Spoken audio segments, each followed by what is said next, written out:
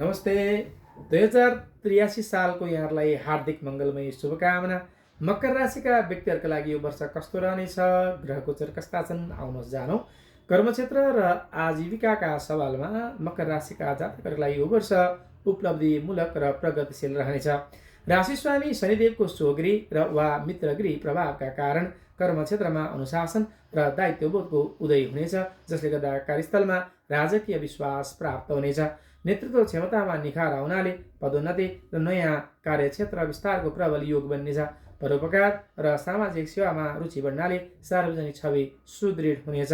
तरल पदार्थ र जल सम्बन्धी व्यवसायमा संलग्न जातकका लागि विशेष लाभको सङ्केत छ भने, यद्यपि सृजनात्मक र साहित्यिक क्षेत्रमा कार्य गर्ने व्यक्तिहरूका लागि मन्द रहन सक्ने अवस्था बन्नेछ।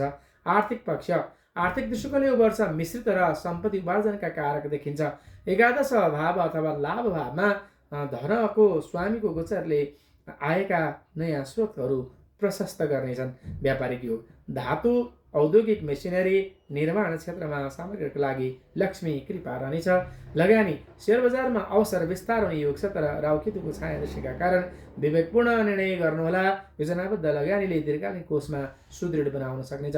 शिक्षा तथा बौद्धिक क्षेत्र विद्यार्थीको लागि यो वर्ष प्रज्ञावृद्धि र सरस्वती योगको समय छ।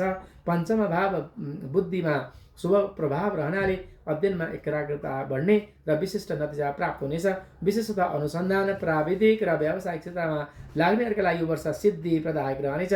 नवम भाव भाग्यको बलले देशान्तर विद्या, वैदेशिक क्षेत्रमा भ्रमण अथवा पढ्ने अवसरहरू प्राप्त रहनेछ। पारिवारिक र प्रेम सम्बन्ध द्वितीय कुटुम्ब भाव र सुखभावमा सौम्य प्रभाव रहनाले पारिवारिक वातावरण सौहार्दपूर्ण र आत्मीय रहनेछ। दाम्पत्य जीवनमा आपसी मन्जुरी र सहकार्यले गर्दा गृहस्थ सुख प्राप्त हुनेछ। प्रेम सम्बन्धमा शुक्रको संहिताले गर्दा स्थायित्व र प्रगाढता आउन सक्नेछ। प्रेमिल यात्रा र सामाजिक घेरा विस्तारका लागि समय ऊर्जावान रहनेछ। स्वास्थ्यको दृष्टिकोणले राशि स्वामीको स्थिति बलियो भए तापनि शरीरमा त्रिदोष, वात, कफ र पित्तको सामान्य असन्तुलन देखिन सक्छ। पुराना व्याधिहरू दोहोरिन सक्ने सङ्केत रहेकाले आरोग्य प्राप्तिका लागि सन्तुलित आहार र नियमित योग साधना अनिवार्य गर्नुहोला। मानसिक शान्तिका लागि जीवनशैलीमा संयम रक्षा कवच बन्नेछ।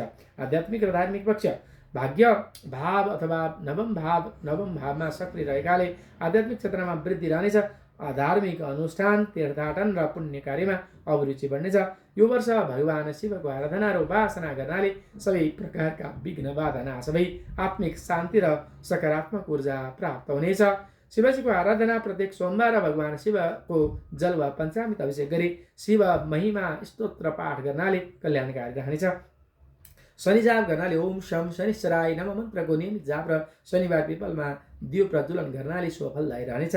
दिन दुखीहरूलाई कालो वस्त्र, अन्न आदि दान गर्दा ग्रहबाधा हटेर जानेछ। सार तत्त्वमा भन्नुपर्दा यो वर्ष मकर राशिका जातकका लागि धैर्य, अनुशासन, कर्मको मार्ग अवलम्बन गरेमा मकर राशिका लागि यो वर्ष सर्वपक्षीय श्री वृद्धि र मान प्रतिष्ठाको वर्ष साबित हुनेछ। हस्त, धन्यवाद।